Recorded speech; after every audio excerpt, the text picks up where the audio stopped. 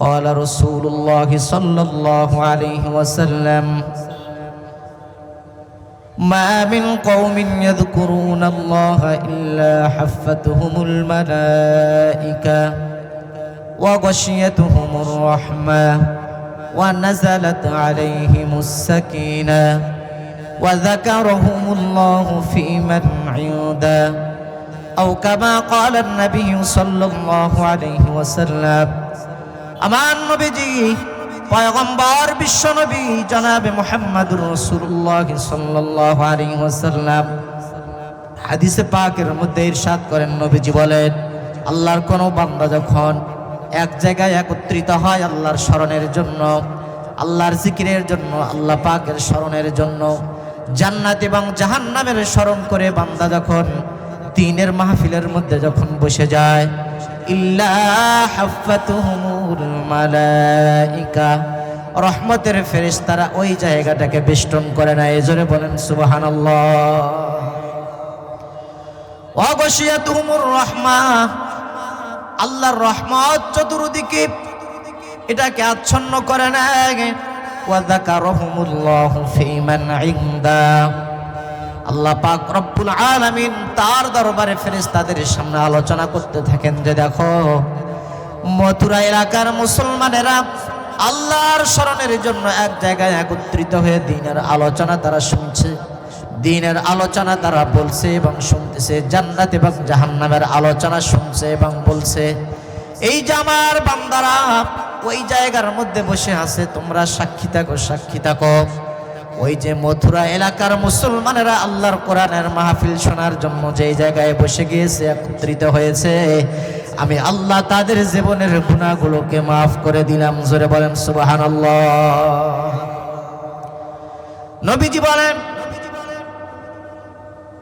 কুমু মাগফুরান লাকুম ওয়া বুদ্দিলাত সাইয়্যাতিকুম হাসানাত ওয়া বুদ্দিলাত সাইয়্যাতিকুম হাসানাত আও কামা ক্বালা নবী সাল্লাল্লাহু আলাইহি ওয়াসাল্লাম।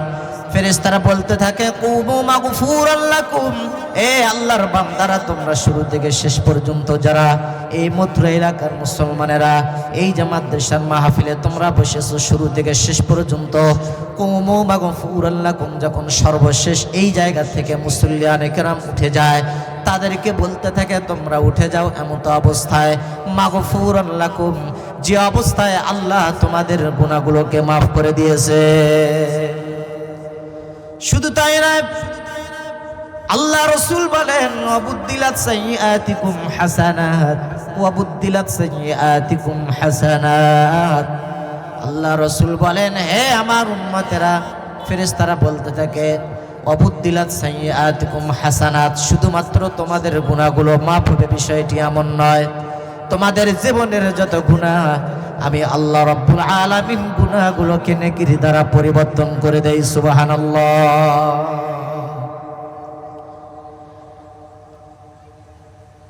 ও মথুরা এলাকার মুসলমানেরা যারা আমরা বসেছি, যারা আমরা রাস্তায় ঘোরাফেরা করছি, মেহেরবানি করে অনুরোধ করব আল্লাহর কোরআনের মাহফিলের মধ্যে আপনি এসে বসে যান।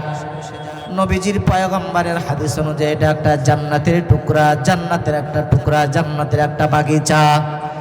এই সামিয়ানার মধ্যে বসলে কি লাভ? হযরত লোকমান আলাইহিস সালাতু ওয়াস সালাম দুনিয়ার মানুষদেরকে ডাক দিয়ে বলেন, আলাইকুম বিমুজালাসাতিল উলামা ওয়া ইস্তিমা'i কালামিল হুকামা ফাইন্নাল্লাহা তাআলা ইউহিল কলবাল মাইতা বিনুরিল হিকমা কামা ইউহিল আরদাল মাইতাতা বিমাইল মাতার আও কামা ক্বালা নবী সাল্লাল্লাহু আলাইহি ওয়াসাল্লাম। হযরত লোকমান বলেন, আলাইকুম বিমুজালাসাতিল উলামা, হে আমার দুনিয়ার বান্দা বান্দিরা, হে দুনিয়ার মানুষ তোমরা শোনো, আলাইকুম বিমুজালাসাতিল উলামা, ওলামায়ে কেরামের মজলিসের মধ্যে তোমরা বেশি থেকে বেশি বসো, যতদূর সম্ভব ওলামায়ে কেরামের মজলিসে বসো। ওয়া ইস্তিমা'i কালামিল হুকামা, ওলামায়ে মাশায়েখ, হক্কানি রব্বানি পীর মাশায়েখ বুজুর্গানে কেরাম যারা এসেছে আল্লাহর কোরআনের মাহফিলে যারা আলোচনা করবে তাদের আলোচনাগুলোকে তোমরা মনোযোগ সহকারে শোনো। বলে কি লাভ হবে জানো? فإن الله تعالى يحيي القلب الميت بنور الحكمة আল্লাহ পাক রব্বুল আলামিন এই জায়গার যে সমস্ত মানুষেরা আল্লাহর কোরআনের মাহফিল বসার জন্য যারা বসে গিয়েছে এই জায়গায় আমাদের অন্তরগুলো অনেক সময় গুনাহের কারণে ময়লাযুক্ত হয়ে যায়। হযরত লোকমান বলেন ফাইন্নাল্লাহ তাআলা ইউহিল কলবাল মাইতা বিনুরিল হিকমা আল্লাহ পাক দুনিয়ার মানুষদের অন্তরগুলোকে বিনুরিল হিকমা হিকমতের নূর দ্বারা আল্লাহ পাক পরিচ্ছন্ন করে দেন, জিন্দা করে দেন। কামা ইউহিল আরদাল মাইতাতা বিমাইল মাতার বলে কেমন জিন্দা করেন, উর্বর করে দেন। এই পৃথিবীতে অনাবৃষ্টির কারণে যখন গোটা জমিনগুলো ফেটে চৌচির হয়ে যায়, ভেঙে যায়, এক ফোঁটা বৃষ্টির জন্য জমিন অপেক্ষায় থাকে, ঠিক সেই সময় আসমান থেকে যখন বৃষ্টি বর্ষণ হয়, ফেটে চৌচির হয়ে যাওয়া জমিগুলো যেমন উর্বর হয়ে যায়, ফসল উৎপাদনের জন্য উপযোগী হয়ে যায়, ঠিক বান্দা যখন গুনাহ করতে করতে বান্দার অন্তর একেবারে কালো হয়ে যায়, বান্দার অন্তরটা একেবারে নাপাক হয়ে যায়, অপরিচ্ছন্ন হয়ে যায়, ঠিক ওই সময় বান্দা যখন কোরআন হাদিসের আলোচনা শোনার জন্য মাহফিলে বসে যায়, উলামায়ে কেরামের জবান থেকে আল্লাহর কোরআনের কথাগুলো যখন শোনে, আল্লাহ পাক গুনাহগার মুমিনের অন্তরগুলোকে আল্লাহ পাক হিকমতের নূর দ্বারা জিন্দা করে দেন, উর্বর করে দেন। জোরে বলেন সুবহানাল্লাহ। ঠিক তদ্রূপ ভাবে আমাদের এলাকার মানুষের জন্য আজকে একটা সুবর্ণ সুযোগ। হক্কানি পীর মাশায়েখ আজকে এসেছেন, তারা বর্ণনা করবেন, ওয়াজ করবেন, নসিহত করবেন, বয়ান করবেন। সেই নসিহতগুলো যদি আমরা শুনতে পারি আমাদের জীবন পরিবর্তন হবে ইনশাআল্লাহ। তো আমি যেই বিষয়ে মুখতাসার টাইমে কথা বলতে চাই সেটি হচ্ছে কুরবানি। আজকে জিলকাদ মাসের 27 তারিখ, ইনশাআল্লাহুল আজিজ এই মে মাসের 28 তারিখে আমরা কুরবানি ঈদুল আযহা উদযাপন করব। কুরবানি শব্দটা মূল ধাতু কুরবুন থেকে, এটার অর্থ হলো নৈকট্য লাভ করা, আল্লাহর চূড়ান্ত সান্নিধ্য অর্জনের চেষ্টা করা, অথবা আল্লাহর চূড়ান্ত সান্নিধ্য অর্জনের জন্য যে বস্তু অথবা পশুটাকে উৎসর্গ করা হয় আল্লাহর রাস্তায়, এটাকে কুরবানি বলা হয়। এই পৃথিবীতে কুরবানির ইতিহাস সর্বপ্রথম, মানব ইতিহাসের সর্বপ্রথম যিনি মানব, আদি পিতা, বলেন তো ভাই আমাদের আদি পিতার নাম কি? হযরতে আদম আলাইহিস সালাতু ওয়াস সালাম। হযরতে আদম আলাইহিস সালাম তিনি হলেন পৃথিবীর সর্বপ্রথম মহামানব।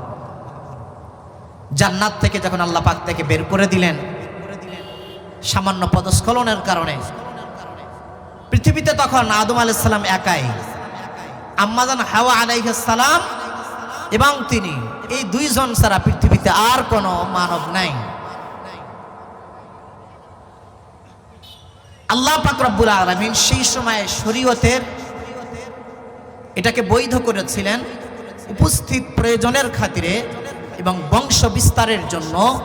আল্লাহ একটা বিধানকে বৈধ করেছিলেন, সেই বিধান হলো আম্মাজান হাওয়া আলাইহিস সালাম তার একসাথে 2টা করে যমজ সন্তান হতো। খুব ভালো করে খেয়াল করবেন, একসাথে কয়টা করে সন্তান হতো ভাই? 2টা করে সন্তান, যমজ সন্তান, একটা ছেলে একটা মেয়ে। আবার দ্বিতীয় গর্ভ থেকেও আবার একটি ছেলে একটি মেয়ে হিসাবে এইভাবে যমজ সন্তান প্রসব করতেন আম্মাজান হাওয়া আলাইহাস সালাতু ওয়াস সালাম। আল্লাহ পাক আদম পয়গম্বরের শরীয়তে এটাকে বৈধ করেছিলেন যে প্রথম গর্ভ থেকে যেই ছেলে আর মেয়ে জন্মগ্রহণ করবে তারা পরস্পর সহোদর ভাই এবং বোন বলে বিবেচিত হবে। তবে দ্বিতীয়বার যেই গর্ভ থেকে যমজ সন্তান ছেলে এবং মেয়ে হবে তারাও পরস্পর সহোদর ভাই এবং বোন বলে বিবেচিত হবে। তবে প্রথম গর্ভের ছেলে আর দ্বিতীয় গর্ভের মেয়ের সাথে বৈবাহিক সম্পর্ককে আল্লাহ পাক হালাল এবং বৈধ করেছিলেন। একটু বুঝে থাকলে বলুন তো, আমাদের শরীয়তে, বর্তমান উম্মতে মুহাম্মাদের শরীয়তে সহোদর ভাই এবং বোনের বিবাহ বন্ধন হালাল না হারাম? একটু জোরে আওয়াজ দিয়ে বলেন ভাই, হালাল না হারাম? হারাম। আদম পয়গম্বরের শরীয়তে এটা কি হালাল ছিল না হারাম ছিল? হালাল ছিল। কেন? উপস্থিত প্রয়োজনের খাতিরে, পৃথিবীতে বংশ বিস্তার করবার জন্য। কারণ ওই সময় তো আদম পয়গম্বর, হাওয়া আলাইহিস সালাম ছাড়া আর কেউ নাই। এই জন্য আল্লাহ পাক এটাকে বৈধ করেছিলেন। ঘটনাক্রমে আদম পয়গম্বরের দুইজন সন্তান, হাবিল এবং কাবিল। কাবিল ছিল প্রথম সন্তান এবং তার সাথে একটি মেয়ে জন্মগ্রহণ করে। ওই মেয়েটা ছিল পরমা সুন্দরী, অনেক সুন্দর লাবণ্যময় চেহারার অধিকারিণী। আদম পয়গম্বরের দ্বিতীয় সন্তানের নাম হলো হাবিল। হাবিল ছিল ইনসাফের উপর অটল, তবে হাবিলের সাথে যেই মেয়ে জন্মগ্রহণ করে তার চেহারাটা ছিল বিশ্রী, কদাকার, অসুন্দর।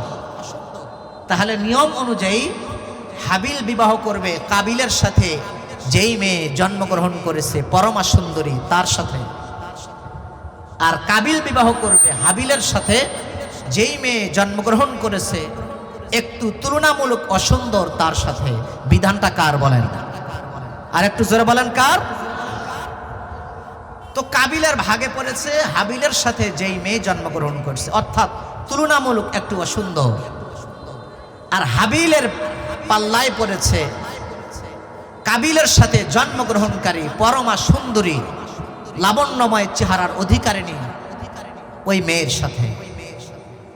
কিন্তু হাবিল এটাকে মানতে রাজি, কিন্তু কাবিল এটাকে মানতে নারাজ। সে বলল, আমি এটা মানি না, আমার সাথে যেই মেয়ে জন্মগ্রহণ করছে, অর্থাৎ আমার আপন বোন, যমজ বোনকেই আমি বিবাহ করব। আমি হাবিলের সাথে যেই মেয়ে জন্মগ্রহণ করছে তাকে আমি বিবাহ করব না। এটা আল্লাহর বিধান, আমি মানি না। আদম পয়গম্বরের সন্তান, খুব ভালো করে খেয়াল করবেন, আদম আলাইহিস সালাতু ওয়াস সালাম তাদেরকে বুঝালেন, বললেন এখানে আমার কোনো স্বার্থ নাই, কিংবা আমি দিলে এটা আমার জন্য হালাল, না দিলে হারাম, বিষয়টি এমন নয়। এটা আল্লাহর চূড়ান্ত ফয়সালা, এটা তোমাকে মানতেই হবে। কিন্তু কাবিল কোন ক্রমে এটা মানতে নারাজ। আল্লাহ পাক রব্বুল আলামিন আদম আলাইহিস সালাতু ওয়াস সালামকে বললেন, হে আমার পয়গম্বর, আপনি এক কাজ করুন, আপনার দুই সন্তান হাবিল এবং কাবিলকে কুরবানি করার জন্য বলুন। যার কুরবানি কবুল হবে সেই ওই সুন্দরী রমণীকে বিবাহ করবে। জোরে বলেন সুবহানাল্লাহ। हकीकत से तो दुनिया बेखबर है, दुनिया की नुमाइश पर नजर है नबी गोयब के अज दुनिया जुदा बाश बाहर कारे के बाशी बा खुदा बाश। অমথুরা এলাকার মুসলমান, আমার আল্লাহ রাব্বুল আলামিন সূরা মাইদার 27 নম্বর আয়াতে কারিমার মধ্যে আল্লাহ পাক এই ঘটনাটা বান্দাকে, দুনিয়ার মানুষদেরকে জানায় দেন।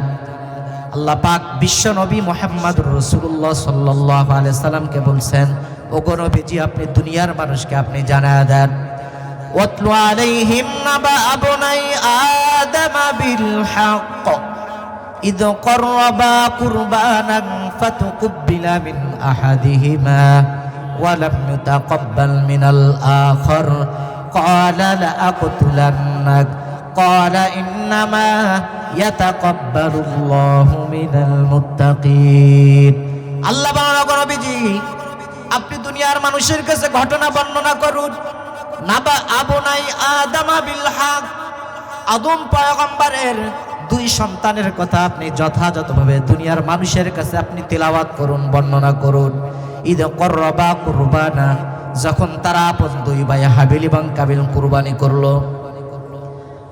সম্মানিত ভাইয়েরা আমার, সেই সময় কুরবানি কবুল হওয়ার নিদর্শন ছিল, যারা কুরবানি করত মাঠে ময়দানে কুরবানির পশু অথবা কুরবানির বস্তুটাকে জমিনে রেখে আসতো। আল্লাহ রাব্বুল আলামিন যার কুরবানি কবুল করতেন, আসমান থেকে এক খণ্ড আগুন এসে তার কুরবানির পশু অথবা বস্তুটাকে জ্বালিয়ে পুড়িয়ে দিত। আর যার কুরবানি কবুল হতো না তার কুরবানির পশু বস্তু জমিনের মধ্যে অক্ষত অবস্থায় থাকতো, আগুন থেকে পুরাতো না, স্পর্শ করতো না। সম্মানিত ভাইয়েরা আমার, তাহলে চিন্তা করুন আমাদের এই উম্মতে মুহাম্মাদের জন্য কুরবানির এই সিস্টেমটা কি আছে নাকি বলে না? আল্লাহ পাক এই উম্মতের উপর করুণা করেছেন, মায়া করেছেন, মেহেরবানি করেছেন। আমরা নিজেরা কুরবানি করব, কুরবানির পশুর রক্ত মাংস গোস্ত কিছু আল্লাহর দরবারে যাবে না। কুরবানির গোস্ত আমরা খাবো, কুরবানির চামড়া দ্বারা আমরা উপকৃত হব। কুরবানির শরীরের পশু এর চামড়া, এরপরে এর গোস্ত, এর মাংস, এর হাড্ডি সবগুলো দ্বারা আমরা উপকৃত হব। আল্লাহর দরবারে কিছুই যাবে না, আল্লাহর দরবারে যাবে শুধু তাকওয়া আর পরহেজগারি। যদি আমাদের সমাজে আল্লাহ পাক রব্বুল আলামিন এই বিধানটা চালু করতেন যে সবাই মিলে আমরা কুরবানি করতাম, যার কুরবানি কবুল হবে আসমান থেকে এক খণ্ড আগুন এসে তার কুরবানির পশুটাকে জ্বালিয়ে দিবে। যদি এই সিস্টেম হতো তাহলে আমাদের সমাজের অনেক মানুষের মুখোশ উন্মোচন হয়ে যেত। কারণ যার কুরবানি কবুল হতো আসমান থেকে আগুন এসে তার কুরবানির পশু জ্বালিয়ে দিত। তাহলে বলেন তো ভাই, যাদের কুরবানি আমাদের কবুল হতো না আসমান থেকে আগুন এসে তার কুরবানির পশুকে জ্বালিয়ে দিত না, মানুষ বলতো বুঝেছি তোমার কুরবানি কবুল হয় নাই। বলেন যার কুরবানি কবুল হয়নি সে কি লোক সমাজে মুখ দেখাতে পারতো ভাই? না। মানুষ বলতো কি ব্যাপার, আমার কুরবানি কবুল হলো, তোমারটা কবুল হয় নাই, মনে হয় হারাম টাকা দিয়ে কুরবানি করেছো। কথা বলেন ঠিক না বেঠিক? আল্লাহ পাক আমাদের উম্মতের উপর দয়া করেছেন, কিন্তু আদম পয়গম্বরের জামানায় কুরবানির সিস্টেম ছিল, যারা কুরবানি করে আসবে মাঠে ময়দানে রেখে আসবে, যার কুরবানি কবুল হবে, কুরবানি কবুল হওয়ার নিদর্শন আর সিমটম হলো আসমান থেকে আগুন এসে তার কুরবানির পশুকে জ্বালিয়ে দিবে, পুড়িয়ে দিবে। এইবার আল্লাহ রাব্বুল আলামিন বলেন ইয করবা কুরবানান ফাতুকুব্বিলা মিন আহাদিহিমা ওয়া লাম ইউতাকাব্বাল মিনাল আখার قال لأقتلنك قال إنما يتقبل الله من المتقين إذ قربا قربانا আল্লাহ বলেন দুই ভাই মিলে কুরবানি করলো, হাবিল এবং কাবিল। হাবিল ছিল ইনসাফের উপর অটল, কাবিল ছিল বেইনসাফ, জুলুমবাজ, আল্লাহর বিধান মানতে নারাজ। ফাতুকুব্বিলা মিন আহাদিহিমা, তাদের একজনের কুরবানি কবুল হলো, হাবিলের কুরবানি কবুল হলো। ওয়ালাম ইউতাকাব্বাল মিনাল আখার, কাবিলের কুরবানি কবুল হলো না। যার কারণে হাবিল একটা পশু দুম্বা কুরবানি করে মাঠে ময়দানে রেখে এসেছিল, আসমান থেকে এক খণ্ড আগুন এসে তার কুরবানির পশুটাকে জ্বালিয়ে দিয়ে যায়। কিন্তু কাবিল আর একজন ভাই কাবিল, সে কিছু শস্য দানা আল্লাহ রাস্তায় উৎসর্গ করে রেখে গিয়েছিল। তার কুরবানির সেই পশু, তার কুরবানির সেই বস্তু অক্ষত অবস্থায় থেকে যায়। আসমান থেকে আগুন এসে তার কুরবানির জন্তুটা, তার কুরবানির পশুটাকে জ্বালিয়ে দেয় নাই, তার কুরবানির বস্তুটাকে জ্বালিয়ে দেয় নাই। এইবার সে রাগান্বিত হয়ে গেল, রাগে অগ্নিশর্মা হয়ে গেল। কাবিল বলল ক্বালা লাআকতুলান্নাক, হে ভাই হাবিল, আমার কুরবানি কবুল হলো না, তোমার কুরবানি কবুল হলো কেন এটা আমি মানি না। লাআকতুলান্নাক, ও ভাই আমি তোমাকে হত্যা করব, আমি তোমাকে হত্যা করব। এইবার হাবিল বলল ভাই কাবিল, চিন্তার কোনো কারণ নাই, পেরেশানের কোনো কারণ নাই, এই কুরবানি কবুল হওয়া আর না হওয়াতে আমাদের কোনো দখল নাই। বরং সব যেই বান্দা আল্লাহর সন্তুষ্টির জন্য কুরবানি করবে, মানুষকে দেখাবার জন্য নয়, যেই বান্দা আল্লাহর সন্তুষ্টি অর্জনের জন্য কুরবানি করবে, ক্বালা ইন্নামা ইয়াতাকাব্বালুল্লাহু মিনাল মুত্তাকিন, আল্লাহ পাক মুত্তাকি বান্দাদের কুরবানি কবুল করেন। জোরে বলেন সুবহানাল্লাহ। তুমি কুরবানি করেছো যেভাবে, হয়তো আল্লাহ পছন্দ করে না, এই জন্য তোমার কুরবানি কবুল হয় নাই।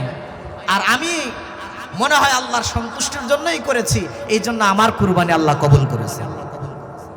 তাহলে বুঝে থাকলে বলুন কুরবানি কবুল হলো কার? হাবিলের। আর কুরবানি কবুল হলো না কার? কাবিলের। তাহলে এবার বলেন ওই সুন্দরী রমণীকে বিবাহ করবে কে? হাবিল, কারণ তার কুরবানি কবুল হয়েছে। এইবার কাবিল এবার রাগান্বিত হয়ে গেল। কাবিল বলল ভাই হাবিল, আমি তোমাকে হত্যা করব, কিন্তু হাবিল বলল, কোরআনের আয়াতের মধ্যে আল্লাহ পাক বলেন, হাবিলের কথাটাকে আল্লাহ পাক নকল করেছেন, লা ইম বাসাত্তা ইলাইয়া ইয়াদাকা লিতাকতুলানি মা আনা বিবাসিতি ইয়াদিয়া ইলাইকা লিআকতুলাক ইন্নী আখাফুল্লাহ রাব্বাল আলামিন। হাবিল বলল যে ভাই কাবিল, লা ইম বাসাত্তা ইলাইয়া ইয়াদাকা লিতাকতুলানি, যদি তোমার হাতকে তুমি আমার দিকে প্রশস্ত করো আমাকে হত্যা করার জন্য, লা ইম বাসাত্তা ইলাইয়া ইয়াদাকা লিতাকতুলানি মা আনা বিবাসিতি ইয়াদিয়া ইলাইকা লিআকতুলাক, কিন্তু আমি তোমাকে হত্যা করার জন্য আমার হাতকে প্রশস্ত করব না, আমি তোমাকে মারব না। লা ইম বাসাত্তা ইলাইয়া ইয়াদাকা লিতাকতুলানি মা আনা বিবাসিত ইয়াদিয়া ইলাইকা লিআকতুলাক ইন্নী আখাফুল্লাহ রাব্বাল আলামিন, কারণ হলো আমি আমার রবকে ভয় করি, আমার আল্লাহকে ভয় করি, বিশ্বজাহানের মালিক আমি আমার আল্লাহকে ভয় করি। এক পর্যায়ে করলো কি কাবিল, কোরআনের আয়াত আল্লাহ বলেন, ফাতাওয়াত লাহু নাফসুহু কতলা আখিহি, কাবিলের অন্তর থেকে উদ্বুদ্ধ করলো তার আপন ভাইকে হত্যা করার জন্য। কাবিল এবার ফাকাতালাহু, তার আপন ভাই হাবিলকে হত্যা করলো। ফাসবাহা মিনাল খাসিরিন, যার কারণে সে ক্ষতিগ্রস্ত মানুষদের মধ্যে অন্তর্ভুক্ত হয়ে গেল। হাবিলকে হত্যা করার পর কাবিল এবার হতভম্ব হয়ে গেল, আমার আপন ভাইকে হত্যা করলাম, এবার কি করব, কিভাবে তার জানাজা দেব, কিভাবে তার কাফন দাফন করব। কারণ এই হত্যাকাণ্ড পৃথিবীর সর্বপ্রথম হত্যাকাণ্ড, ইতিপূর্বে কখনই মানব ইতিহাসে কখনো হত্যাকাণ্ড হয় নাই, কোনো মানুষ মারাও যায় নাই জমিনে, কিভাবে দাফন করবে চিন্তা করতেছেন তিনি। হঠাৎ করে ফাবাসাল্লাহু গুরাবা ইয়াবহাসু ফিল আরদ, আমার আল্লাহ আসমান থেকে একটা কাক পাঠালেন, কাক ফাবাসাল্লাহু গুরাবা ইয়াবহাসু ফিল আরদ, এই কাকটা জমিনের মধ্যে এই আপনার এরকম মানে নিজের পা দ্বারা জমিনের মধ্যে গর্ত খনন করতেছিলেন। লিউরিয়াহু কাইফা ইউরি সাওআতা আখি, তার ভাইকে কিভাবে সে দাফন করবে, কিভাবে তার শরীরটাকে আবৃত করে জমিনের নিচে দাফন করবে, এটাকে মানুষকে জানান দেওয়ার জন্য। কাক যখন আসলো, আসার পরে গর্ত খনন করলো, এরপর কিছু বস্তু সেই গর্তের মধ্যে ফেলে আবার এটাকে ঢেকে দিল। কাক তাকে বুঝালো যে তোমার আপন ভাইকে তুমি যে হত্যা করেছো, তোমার ভাইকে এইভাবেই তুমি জমিনের নিচে দাফন করে দাও।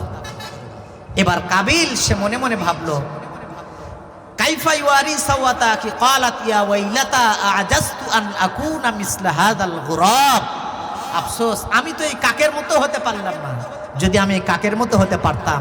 কাক আমাকে দেখিয়ে দিল যে আমার ভাইকে আমি কিভাবে দাফন করব। সম্মানিত উপস্থিতি, পৃথিবীর ইতিহাসে সর্বপ্রথম এই যে কুরবানি করার ইতিহাস আদম পয়গম্বরের দুই সন্তান হাবিল এবং কাবিলের মাধ্যমে শুরু হয়েছে।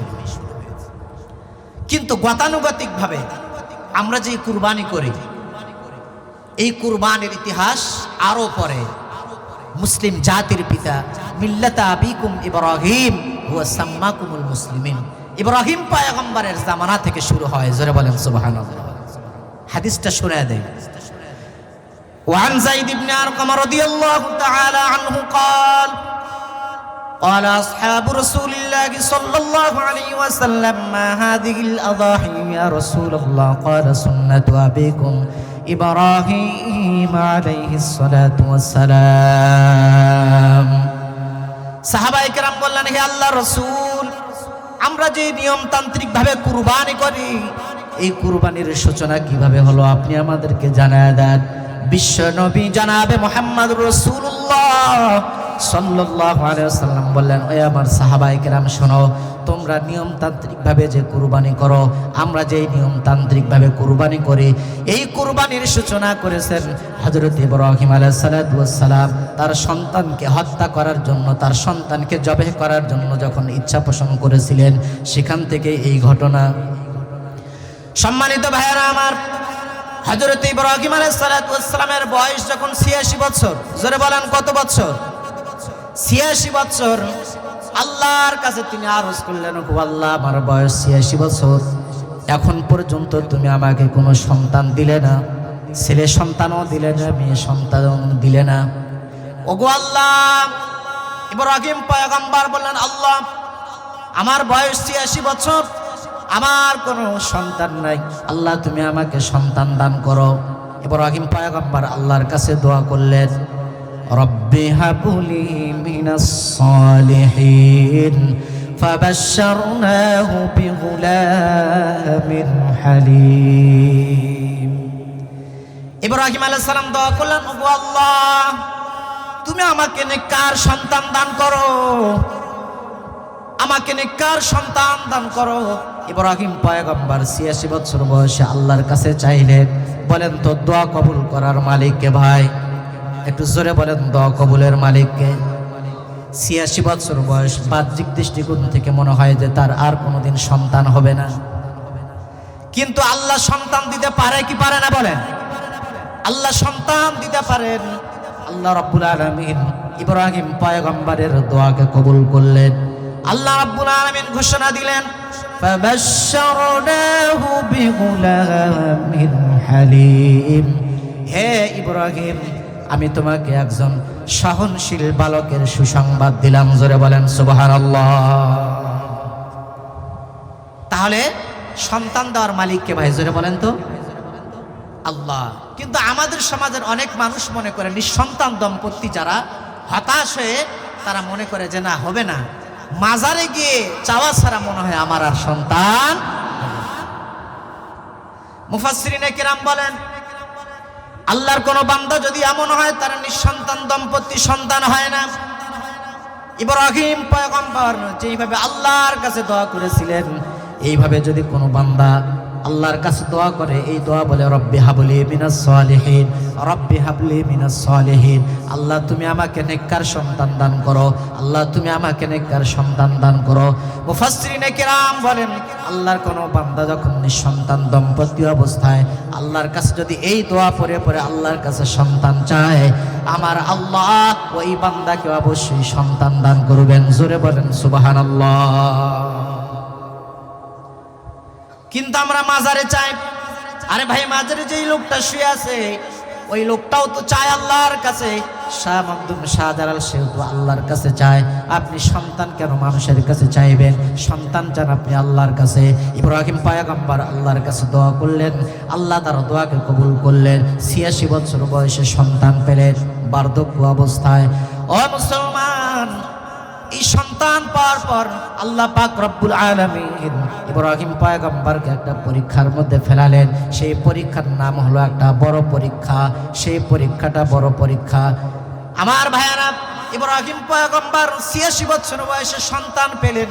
এই বয়সে কোনো মানুষ যখন সন্তান পায়, সন্তানের মহাব্বত, জোরে বলেন, কম হয় না বেশি হয়? সন্তানের মহাব্বত বেশি হয়, সন্তানের ভালোবাসা অনেক বেশি হয়। বিশেষ করে সন্তান যখন এমন বয়সে পদার্পণ করে, যেই বয়সে সন্তান মা বাবার খেদমত করতে পারে, মা বাবার কাজের মধ্যে সহযোগিতা করতে পারে, এমন বয়সে উপনীত হলেন হযরতে ইসমাঈল আলাইহিস সালাম, ইব্রাহিম পয়গম্বরের সন্তান।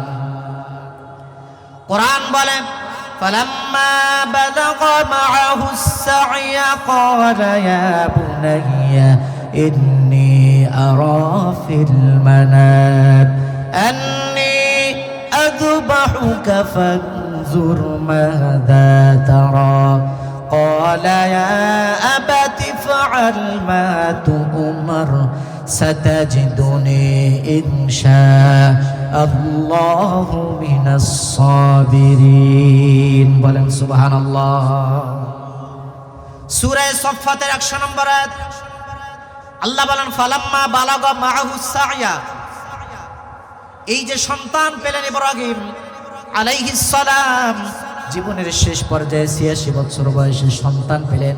সন্তান যখন আবার এমন বয়সে পদার্পণ করলেন যে বাবার সাথে কাজকর্ম করতে পারে, বাবাকে সহযোগিতা করতে পারে কাজের মধ্যে, ঠিক এমন সময় ইব্রাহিম পয়গম্বর একদিন তিনি ঘুমন্ত অবস্থায় আছেন।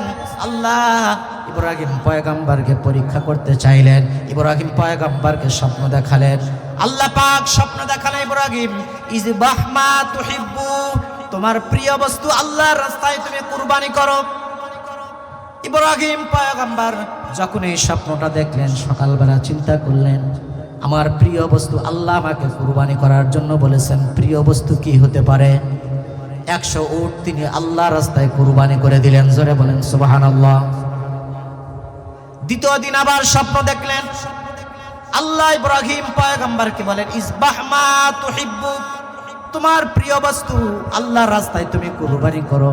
ইব্রাহিম পয়গম্বর তিনি আবার 100 উট কুরবানি করলেন। তৃতীয় দিন যখন আবার স্বপ্ন দেখলেন, ইব্রাহিম পয়গম্বর ডাক দিয়ে বলেন, আল্লাহ আমি তো কুরবানি করব, প্রিয় বস্তু তো প্রিয় বস্তু আমার কোনটা?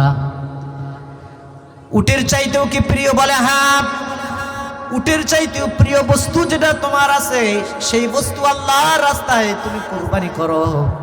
ইব্রাহিম পয়গম্বর বুঝার আর বাকি রইল না। এই পৃথিবীতে এই মুহূর্তে আমার কাছে সবচেয়ে যে যিনি আমার কলিজার টুকরা, আমি যাকে সবচেয়ে বেশি মোহাব্বত করি, যাকে সবচেয়ে বেশি আমি ভালোবাসি, তিনি হলেন আমার সন্তান ইসমাইল। জোরে বলেন সুবহানাল্লাহ। ইসমাইল চিন্তা করলেন যে বুঝেছি, আমার কলিজার টুকরা সন্তানকেই মনে হয় আল্লাহর রাস্তায় কুরবান করার জন্য অর্ডার করছেন। বাপ কা বেটা সিপাই কা ঘোড়া, কুছ না হতো থোড়া থোড়া। ইব্রাহিম পয়গম্বর সন্তানের কাছে এই স্বপ্নের এই বৃত্তান্ত সন্তানের কাছে ব্যক্ত করলেন। কোরআন বলে, কোরআনের ভাষায় আমরা জেনে নেব, আল্লাহর কোরআন বলে, فلما بلغ معه السعي قال يا بني إني أرى في المنام। ইব্রাহিম পয়গম্বর সন্তানকে ডাক দিয়ে বললেন, ওগো সন্তান, স্বপ্নের মধ্যে আমি দেখলাম, আন্নী আযবাহুকা, আমি তোমাকে আল্লাহ রাস্তায় জবেহ করছি, কুরবানি করছি। ফানজুর মাযা তারা, ওগো আমার কলিজার টুকরা সন্তান, তুমি এবার কি বলো? আমি তোমাকে জবেহ করব, আর তুমি আল্লাহর রাস্তায় উৎসর্গ হওয়ার জন্য, কুরবান হওয়ার জন্য তুমি রেডি আছো নাকি? বলো, প্রস্তুত আছো নাকি? ইব্রাহিম পয়গম্বরকে আল্লাহ পাক এই অর্ডার দেওয়ার পর তার সন্তানের কাছে স্বপ্নের ঘটনাটা বললেন যে, সন্তান, আমি স্বপ্নে দেখলাম আমি তোমাকে জবেহ করছি, তুমি কি বলো? একটু লক্ষ্য করুন, কলিজার টুকরা সন্তান কি জবাব দেয়? কলিজার টুকরা সন্তান, সেও তো ভবিষ্যতের নবী, হবু নবী, তার জবাবটাও সেই রকম চমৎকার। সন্তান জবাব দেয় যে, বাবা, ক্বালা সাতাজিদুনি ইনশাআল্লাহু মিনাস সাবিরিন। সন্তান বলে যে, বাবা, আপনি স্বপ্নের মধ্যে যেই আদেশ প্রাপ্ত হয়েছেন, কোনো চিন্তা নাই, কোনো পেরেশানি নাই, কোনো ধরনের কোনো সংকোচ আর দ্বিধা করবেন না। যে আদেশ প্রাপ্ত হয়েছেন স্বপ্নযোগে, আমাকে কুরবান হওয়ার জন্য আল্লাহ বলেছেন, কোনো চিন্তা নাই, হতাশার কোনো কারণ নাই।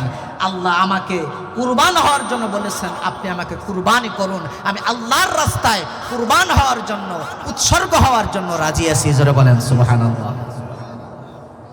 ইব্রাহিম পয়গম্বর অনেক খুশি হলেন, আর সন্তান বললেন, সাতাজিদুনি ইনশাআল্লাহু মিনাস সাবিরিন। বাবা, অবশ্যই আপনি আমাকে ধৈর্যশীল মানুষদের অন্তর্ভুক্ত পাবেন, অর্থাৎ আপনি আমাকে জবেহ করবেন, আল্লাহর রাস্তায় কুরবানি করবেন। আমি কোনো ধরনের কোনো অস্থিরতা করব না, পেরেশানি করব না, আমি ছটফট করব না, শান্তশিষ্টভাবে আল্লাহর হুকুম তামিল করবার জন্য আমার জীবনটাকে আল্লাহর রাস্তায় আমি কুরবান করে দেব। জোরে বলেন সুবহানাল্লাহ।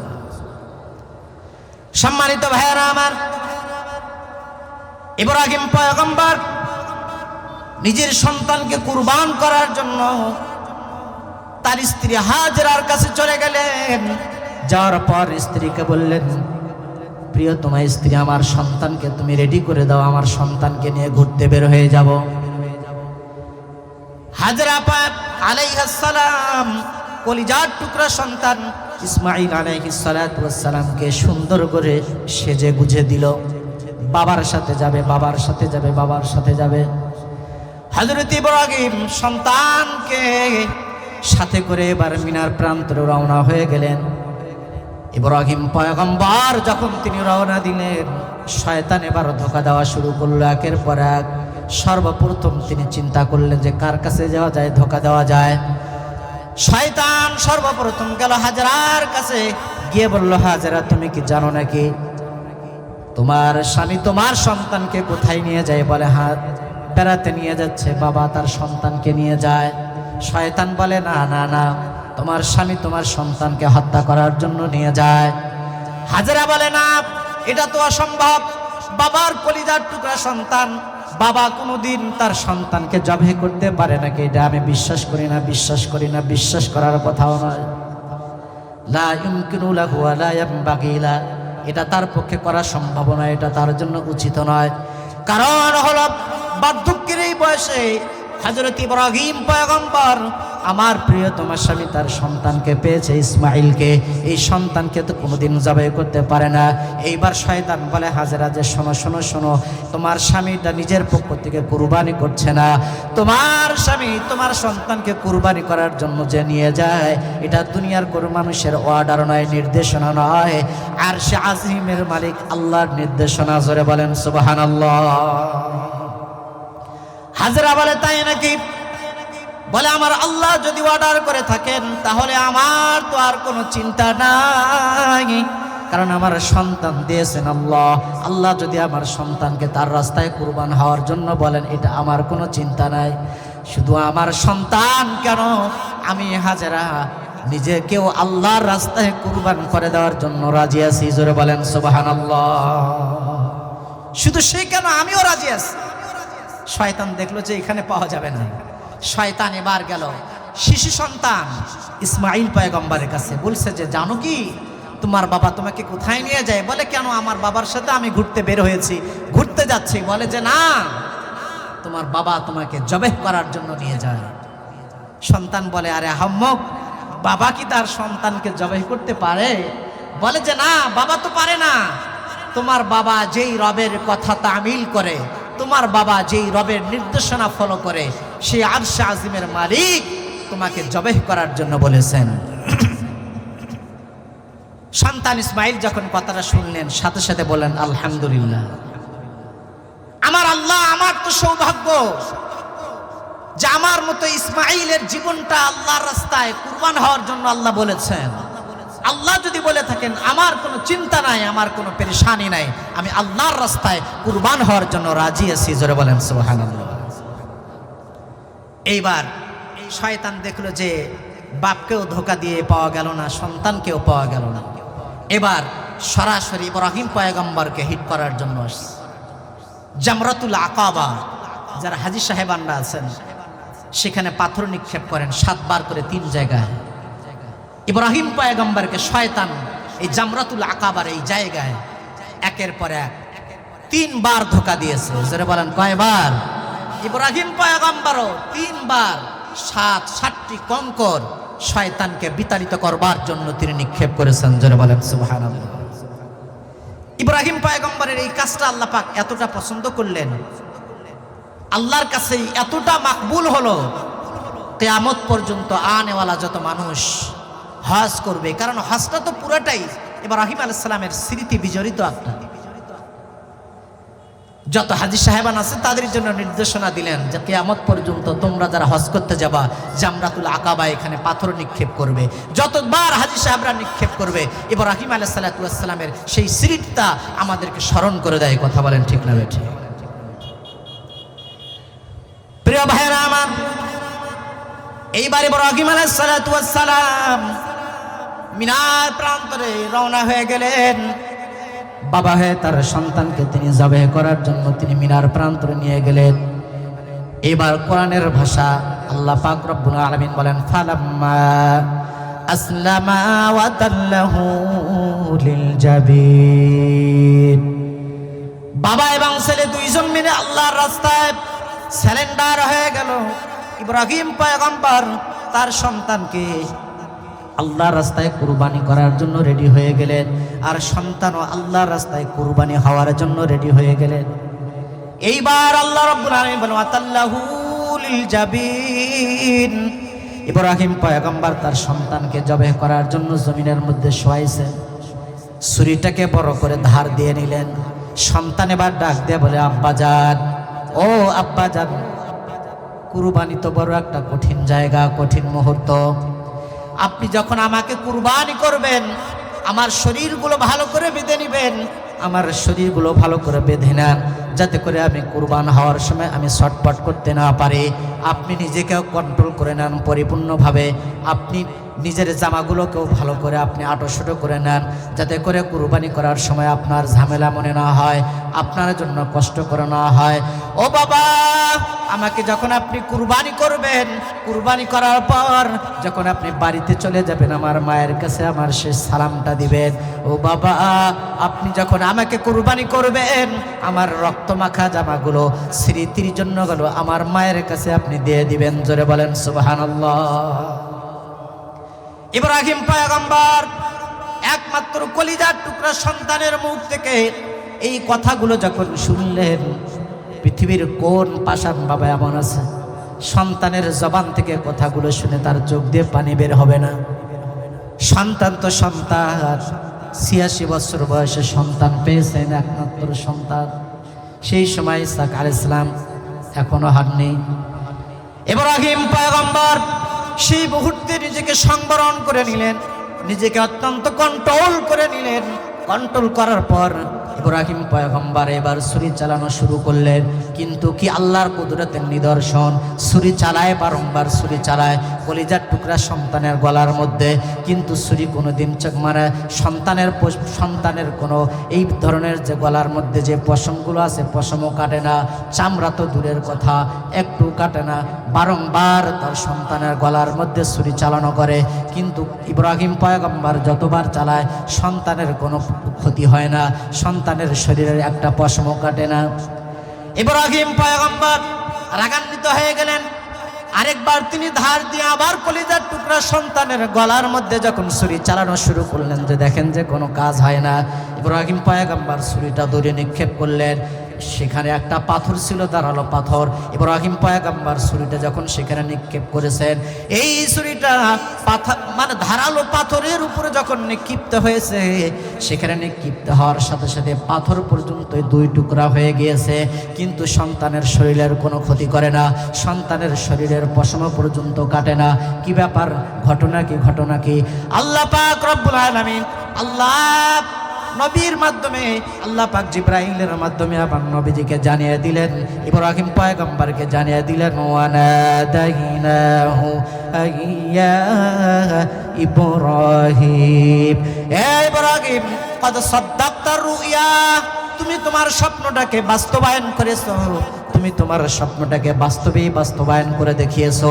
আসলে আমার উদ্দেশ্য এটা নয় যে তুমি তোমার সন্তানকে আল্লাহর রাস্তায় কুরবানি করবে, আমার উদ্দেশ্য এটা নয় তোমার সন্তানকে বাস্তবেই তুমি জবাই করবে। আমার উদ্দেশ্য ছিল কেবল এটা যে তুমি তোমার সন্তানকে জবাই করার জন্য কতটুকু তুমি সারেন্ডার করো, তোমার সন্তানকে জবাই করার জন্য বাস্তবেই তুমি কতটুকু প্রস্তুতি নাও, এটা আমি দেখতে চেয়েছি। এই ইব্রাহিম, ওয়াফাদাইনাহু বিযিবহিন আযীম, না না না, তোমার সন্তানকে জবাই করতে হবে না, কলিজার টুকরা ইসমাইলকে জবাই করতে হবে না। এটা আমি আল্লাহর অভিপ্রায় নয়, আমি আল্লাহর ইচ্ছাও নয়। তাহলে কি করবা? যে এই যে আমি আল্লাহ জান্নাত থেকে একটা দুম্বা নিয়ে আসলাম, বিযিবহিন আযীম, এই দুম্বাটাকে তুমি আল্লাহর রাস্তায় কুরবান করে দাও। জোরে বলেন সুবহানাল্লাহ। হ্যাঁ মুসলমানেরা, পশু জবাইয়ের মাধ্যমে কুরবানির রিওয়াজ এখান থেকে। আমরা যে আল্লাহর রাস্তায় কুরবানি করি, কুরবানি কবুল হওয়ার জন্য 2টা শর্ত। জোরে বলেন কয়টা শর্ত?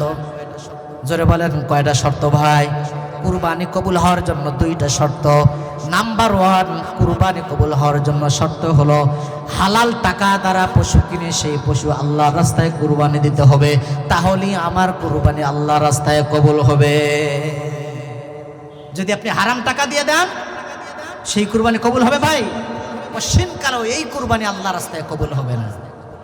কোরআনুল কারীম বলে স্পষ্ট, কোরআন বলে, ইয়া আইয়ুহাল্লাযীনা আমানু আনফিকু মিন তাইয়্যিবাতি মা কাসাবতুম ওয়া মিম্মা আখরাজনা লাকুম মিনাল আরদ ওয়া লা তায়াম্মামুল খাবিসা মিনহু তুনফিকুন ওয়া লাস্তুম বিআখিযিহি ইল্লা আন তুগমিদু ফি। আল্লাহ বলেন, হে ঈমানদারগণ, তোমরা যখন আল্লাহর রাস্তায় খরচ করবে, ব্যয় করবে, হারাম সম্পদ দিয়ে ব্যয় করলে সেই দান আমি আল্লাহ কবুল করব না। হালাল টাকা দিয়ে তোমরা আল্লাহ রাস্তায় দান করতে হবে, আল্লাহ রাস্তায় ব্যয় করতে হবে, তাহলেই তোমাদের কুরবানি আমি আল্লাহ কবুল করব। জোরে বলেন সুবহানাল্লাহ। তাহলে কুরবানি কবুল হওয়ার জন্য 1 নম্বর শর্ত কি ভাই? হালাল টাকা দিয়ে হতে হবে, হালাল টাকা। আল্লাহ পাক রব্বুল আলামিন দুনিয়ার রাসূলদেরকে, দুনিয়াতে যত রাসূল আল্লাহ পাক পাঠিয়েছেন রাসূলদেরকে লক্ষ্য করে আল্লাহ বলেছেন, ইয়া আইয়ুহার রাসূলু কুলু মিনাত তাইয়্যিবাত ওয়া'মালু সালিহান ইন্নী বিমা তা'মালুনা আলীম। হে রাসূলগণ, তোমরা হালাল খাবার খাও, হালাল খাবার খাও, ওয়া'মালু সালিহান, এরপর তোমরা নেক আমল করো। তার মানে হলো মুফাসসিরিন কিরাম বলেন, আগে আমাদের হালাল খাওয়া, এরপরে আমাদের নামাজ, এরপরে আমাদের কুরবানি, এরপরে আমাদের হজ, এরপরে আমাদের অন্য ইবাদত। আমার শরীরটা যদি হারাম দ্বারা গঠিত হয়, আমার শরীরটা যদি হারাম দ্বারা প্রতিপালিত হয়, সেই দেহ কোনোদিন আল্লাহর জান্নাতে যাবে না।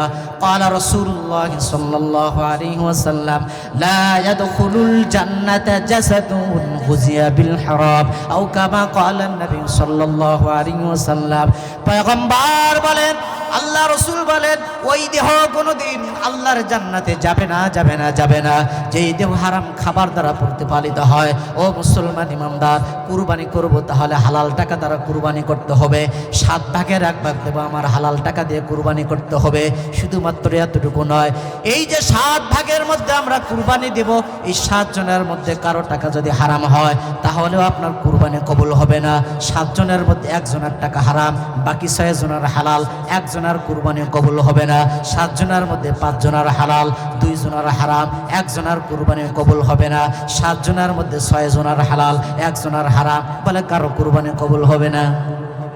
কারণ হালাল টাকা দিয়ে কুরবানি করতে হবে। কি টাকা দিয়ে ভাই? হালাল ভাই। তাহলে কুরবানি কবুলের 1 নম্বর শর্ত কি ভাই বলেন? হালাল টাকা দিয়ে কুরবানি করতে হবে। কুরবানি কবুল হওয়ার জন্য 2 নম্বর শর্ত হলো আল্লাহর সন্তুষ্টি অর্জনের জন্য কুরবানি করতে হবে। দুনিয়ার কোনো মানুষকে দেখাবার জন্য নয়, দুনিয়ার কোনো মানুষকে সন্তুষ্ট করার জন্য নয়। যে অমুক এলাকার অমুক 2 লক্ষ টাকা দিয়ে গরু কিনছে, বলে আমাকে 3 লক্ষ টাকা দিয়ে কিনতে হবে। অমুক এলাকার অমুক বলে 4 লক্ষ টাকা দিয়ে কিনেছে, বলে আমাকে 5 লক্ষ টাকা দিয়ে কিনতে হবে। কারণ সমাজে আমার একটা স্ট্যাটাস আছে, সমাজে আমার একটা প্রভাব আছে, সমাজে আমার একটা প্রভাব প্রতিপত্তি রয়েছে। আমি যদি কম টাকা দিয়ে কুরবানি দেই, মানুষে কি বলবে, মানুষে কি বলবে? কথা বলেন, ঠিক না বেঠিক? আছে না নাই বলেন? ও মুসলমান ইমানদার, মথুরা এলাকার মুসলমান, আল্লাহ পাক রব্বুল আলামিন কোরআনুল কারীমের মধ্যে বলেন, লা ইয়ানালাল্লাহু লুহুমুহা ওয়ালা দিমাউহা ওয়ালাকিন ইয়ানালুহুত তাকওয়া মিনকুম কাযালিকা সাখখারাহা লাকুম লিতুকাব্বিরুল্লাহা আলা মা হাদাকুম ওয়া বাশশিরিল মুহসিনিন। আল্লাহ বলে, বান্দা শোনো, লা ইয়ানালাল্লাহু লুহুমুহা ওয়ালা দিমাউহা, তোমরা যেই কুরবানি করো, এই কুরবানির পশু, এর রক্ত, এর মাংস, এর গোশত আল্লাহর দরবারে কিছুই যায় না। ওয়ালাকিন ইয়ানালুহুত তাকওয়া মিনকুম, কিন্তু এই কুরবানির যে তোমরা করো, কে কিভাবে আল্লাহর জন্য কুরবানি করছে, তাকওয়ার পরহেজগারিতা কার মধ্যে কতটুকু আছে, এই তাকওয়া আর পরহেজগারিতায় আল্লাহর কাছে যায়। জোরে বলেন সুবহানাল্লাহ। ওয়ালাকিন ইয়ানালুহুত তাকওয়া, তাকওয়া যার যত বেশি, তার কুরবানি তত বেশি আল্লাহর দরবারে কবুল হয়। আর যদি মানুষকে দেখাবার জন্য হয়, সেই কুরবানি আল্লাহর দরবারে কবুল হবে না। কোরআনে কারীমের মধ্যে আল্লাহ বলেন, কুল ইন্না সালাতি ওয়া নুসুকি ওয়া মাহইয়ায়া ওয়া মামাতি লিল্লাহি রাব্বিল আলামিন। কুল ইন্না সলাতি, আল্লাহ বলেন, নবী আপনি বলেন, ইন্না সলাতি, নিঃসন্দেহে আমার নামাজ, ওয়া নুসুকি আমার কুরবানি, ওয়া মাহইয়ায়া আমার জীবন, ওয়া মামাতি আমার মরণ, লিল্লাহি রাব্বিল আলামিন, একমাত্র কেবলমাত্র হবে আল্লাহর জন্য। জোরে বলেন সুবহানাল্লাহ। তাহলে কুরবানি হবে আল্লাহর জন্য, মানুষকে দেখাবার জন্য নয়। পয়গম্বর হাদিসের মধ্যে বলেন, ওয়া ইন্নাদ দামা লা ইয়াকউ মিনাল্লাহ বিমাকানিন ক্বাবলা আন ইয়াকআ বিল আরদ, ওয়া ইন্নাদ দামা লা ইয়াকউ মিনাল্লাহ বিমাকানিন ক্বাবলা আন ইয়াকআ বিল আরদ। এইভাবে যদি মানুষ আল্লাহর সন্তুষ্টি অর্জন করার জন্য যদি কুরবানি করে, যেই পশু আমরা কুরবানি করি, কুরবানির রক্ত জমিনে পৌঁছার আগেই আল্লাহর দরবারে আপনার কুরবানি কবুল হয়ে যাবে। যদি মানুষকে খুশি করার জন্য না হয়, আল্লাহর জন্য যদি কুরবানি করি, তাহলে আমাদের কুরবানি আল্লাহর দরবারে কবুল হবে। হাদিসের মধ্যে নবীজি বলেন, قال رسول الله صلى الله عليه وسلم إن الله لا ينظر إلى صوركم وأموالكم ولكن ينظر إلى قلوبكم ونياتكم أو كما قال النبي صلى الله عليه وسلم पैगंबर বলেন إن الله لا ينظر إلى صوركم وأموالكم। এ দুনিয়ার উম্মত, আল্লাহ পাক রব্বুল আলামিন তোমাদের বাহ্যিক কারো চেহারাগুলো দেখেন না, কার আমল কত বেশি এটা আল্লাহ পাক দেখেন না। ওয়ালাকিন ইয়ানজুরু ইলা কুলুবিকুম ওয়া নিয়াতিকুম, আল্লাহ তোমাদের নিয়ত দেখেন, আল্লাহ তোমাদের নিয়ত দেখেন, আল্লাহ তোমাদের কলব দেখেন। কে কোন নিয়তে কুরবানি করেছে এটা আল্লাহ পাক দেখেন। কে কত বড় কুরবানি করেছে এটা আল্লাহ দেখেন না। কোয়ালিটি আল্লাহ পাক দেখেন, কোয়ান্টিটি নয়। যে আমি এত লক্ষ টাকা দিয়ে আমি করেছি কুরবানি, আমার কুরবানি কবুল হবে, এরকম নয়। একটা হাদিস বলি, আমি শুনাই। আম্মাজান আয়েশা সিদ্দিকা রাদিয়াল্লাহু তাআলা আনহা থেকে বর্ণিত। আম্মাজান আয়েশা বলেন, নবী আলাইহিস সালাতু ওয়াস সালাম বলেন, মা আমিলা ইবনু আদম মিন আমালি ইয়াউমিন নাহর আহাব্বা ইলাল্লাহ মিন ইহরাকিদ দাম। কুরবানির ফজিলত নবীজি বলেন, কুরবানির দিনে মানুষ যেই কুরবানির পশু কুরবানি করে, এই কুরবানির করার চেয়ে সেই দিনে এর চেয়ে আল্লাহর কাছে পছন্দনীয় আর মাহবুব আমল আর একটাও নাই। বলেন সবচেয়ে পছন্দনীয় প্রিয় আমল হলো কি ভাই? কুরবানির দিনে আল্লাহর রাস্তায় কুরবানি করা। এরপর নবীজি বলেন, ওয়া ইন্নাহা লাতাতি ইয়াউমাল কিয়ামাতি বিকুরুনিহা ওয়া আশআরিহা ওয়া আজলাফিহা। আমরা যে কুরবানি করি, এই কুরবানির পশুটা কিয়ামতের ময়দানে তার শিং, তার হাড্ডি, তার মাংস সব কিছু সহ আল্লাহর দরবারে উপস্থিত হবে। সুবহানাল্লাহ। এরপর নবীজি বলেন, ওয়া ইন্নাদ দামা লা ইয়াকউ মিনাল্লাহি বিমাকানিন ক্বাবলা আন ইয়াকআ বিল আরদ। এই কুরবানির রক্ত, পশুর রক্ত জমিনে পৌঁছার আগেই আল্লাহর দরবারে বিশেষ মর্যাদার স্থান দখল করে নেয়। সুবহানাল্লাহ। এজন্য সম্মানিত উপস্থিতি, আমরা কুরবানির সম্পর্কে যতটুকু আমরা আলোচনা শুনেছি, এটার মধ্যে মৌলিক গুরুত্বপূর্ণ একটা পয়েন্ট হলো যে আমরা হালাল টাকা দিয়ে কুরবানি করব এবং আল্লাহর সন্তুষ্টির জন্য কুরবানি করব, মানুষকে দেখাবার জন্য নয়।